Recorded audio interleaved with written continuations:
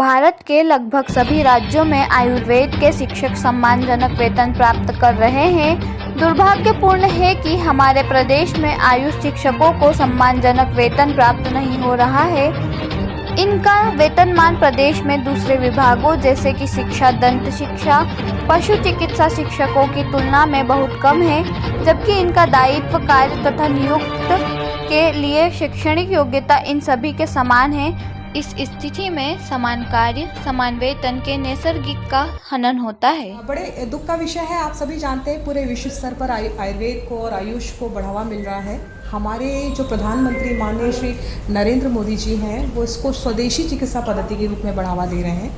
फिर भी आपको ये बताते हुए बड़ा दुख है कि पूरे भारत देश में जो आयुष महाविद्यालय हैं, गवर्नमेंट कॉलेजेस हैं, उनके यहाँ जो वेतनमान है और हमारे प्रदेश में जो आयुष शिक्षकों का वेतनमान है वो बहुत कम है। यानी बिहार की बात करें, छत्तीसगढ़ की बात करें, वहाँ भी वेतनमान हमसे ज़्यादा है। यदि हम प्रदेश की बात करते हैं तो प्रदेश के जितने भी दूसरे अन्य चिकित्सा से संबंधित कॉलेज हैं, जैसे मेडिकल एजुकेशन है, डेंटल एजुकेशन है, पशु चिकित्सा है, इनमें भी वेतनमान हमसे ज़्यादा है। और बात करें तो टेक्निकल एजुकेशन, हायर एजुकेशन, इनके शिक्षकों के लिए वेतनमान हमसे ज़्यादा है। तो हमारी एक सूत्री मांग यही है कि हमारे वेतनमान को सम्मानजनक किया जाए। आप सभी जानते हैं कि आयुष और आयुर्वेद ने कोरोना की जो महामारी थी उस समय बड़ी ईमानदारी से कोशिश की।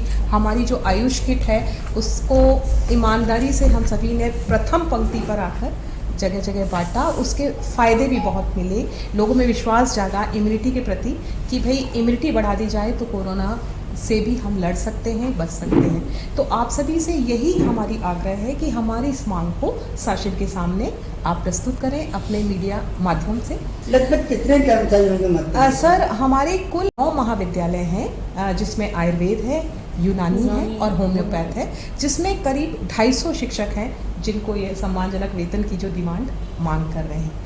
अभी हम फिलहाल कुछ दिनों से एसोसिएशन के बैनर पर प्रयास जारी रखे हुए थे और हमने सभी जो जनप्रतिनिधि हैं, उच्च अधिकारी हैं, शासन है, सभी को ज्ञापन भी दिए। और उसके लिए हमें अच्छी बात यह है कि सभी ने इस बात को माना कि हाँ, हमारे साथ अन्याय हो रहा है, हमारा वेतन कम है, और आश्वासन भी दिया है कि इस पर जरूर कार्रवाई होगी। लेकिन हम आपसे यही कहते हैं कि ठोस कदम होना चाहिए। 2018 में भी इसी सिचुएशन में हम थे, हमने बहुत प्रयास किए थे, लेकिन कैबिनेट तक हमारा प्रस्ताव नहीं पहुंच पाया था। तो आप सभी से यही सहायता चाहते हैं। मुख्यमंत्री जी से संपर्क नहीं हो पाया, उनके कार्यालय में लगातार हम अपना ज्ञापन एक सूत्री मांग का दे रहे हैं। और हम ये चाहते हैं कि मुख्यमंत्री जी ने इतनी अच्छी अच्छी योजनाएं, अभी आपने देखा लाडली बहना या शासकीय महिला कर्मचारियों को 7 दिवस का अतिरिक्त अवकाश दिया, तो हम यही चाहते हैं कि हमारी बात को भी सुने। और हम इस समय तो आप सभी जानते हैं कि पूरे संभाग स्तर पर हमारे 7 आयुर्वेद कॉलेज, 1 यूनानी और 1 होम्योपैथ कॉलेज है। संभागीय स्तर पर यानी 8 से 10 जिले को एक संभाग कवर करता है, आप सभी जानते हैं, जहां पर एक आयुर्वेद चिकित्सालय जो महाविद्यालय से संबद्ध होता है, उसमें विषय विशेषज्ञ होते हैं, मतलब सुपर स्पेशलिस्ट होते हैं, साथ में एडवांस टेक्नोलॉजी होती है। तो आपको पूरे संभाग में जितने भी 10 जिले के रोगी हैं जो बहुत ही क्रॉनिक और बहुत ही कहना चाहिए लंबे समय से चली आ रही बीमारियों के लिए परेशान रहते हैं या वेलनेस के लिए परेशान होते हैं, उसको आयुर्वेद कॉलेज से जो चिकित्सालय संबद्ध रहते हैं वहाँ पूरी एडवांस्ड कहना चाहिए चिकित्सा सेवा मिलती है। तो इन महाविद्यालयों में जो शिक्षक हैं उनके साथ फिर क्यों नहीं सम्मानजनक वेतनमान की बात होती है। तो मैं यही आपसे रिक्वेस्ट करना चाहती हूँ कि हम सभी को, मुख्यमंत्री महोदय से भी आग्रह करना चाहती हूँ कि हम सभी लाडली बहनाएं हैं आपकी, तो हमें भी सम्मानजनक वेतनमान मिलना चाहिए।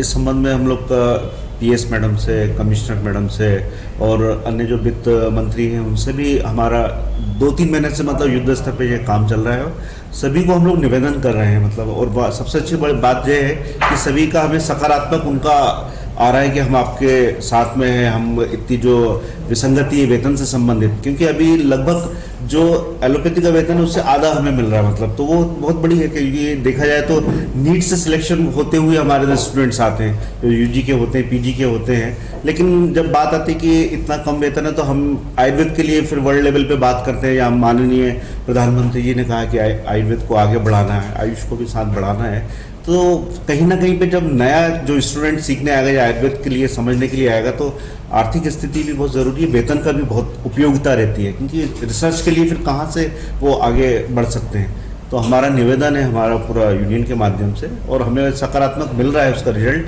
कि हम चाहते हैं कि सम्मानजनक वेतन रहे। अगर नहीं हो तो अगला आंदोलन करेंगे, आप कोई प्रदर्शन करेंगे? सर मजबूरी बस ठोस कदम तो कुछ उठाना हमें अभी शासन पे हमें विश्वास है, ऐसा लग रहा है कि हमें बिल्कुल उनके ऊपर, क्योंकि जितने भी मंत्रियों से मिले हैं आज की तारीख में या 3 महीने पहले से, उन्होंने सबने हमें बोला है कि नहीं, आपका ये बहुत ही जो विसंगति है उसको शीघ्रता से दूर होना चाहिए।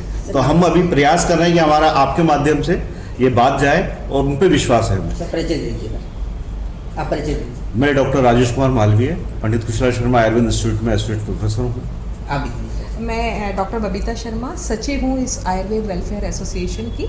एक बात और आपको मैं बताना चाहूँगी जो इम्पोर्टेंट है।